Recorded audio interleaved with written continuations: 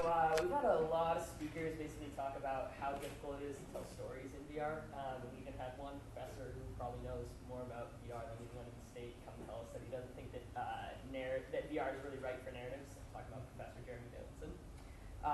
And while Professor Bailenson knows a lot more about that stuff than I do, I'm basically positing that we actually don't really have the option of confirming Professor Bailenson's hypothesis.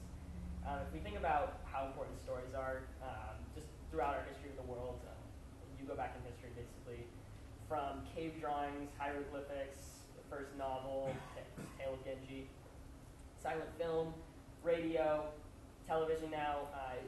We basically use stories to impart our values, our history, all of that to our children, to the next generations. Without stories, I actually really believe that as a species we're kind of lost. All that being said, all of our speakers in Mr. Bailenson are pretty right when they say that the stories that we see on VR right now are not so good. Even the best ones aren't usually something you're going to want to watch twice or even 3 times. So I was thinking a lot about how we kind of reframe how we think about stories in VR. And obviously I don't have the answer to that because if I did, I'd be rich.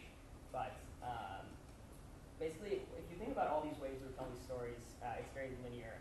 We had someone come and talk to us when we were doing the storyboarding idea about using the once upon a time frame.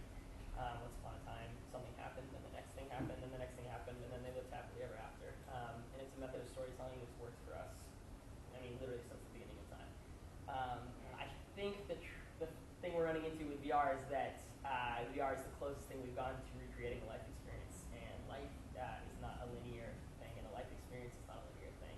It's really messy and complicated, and we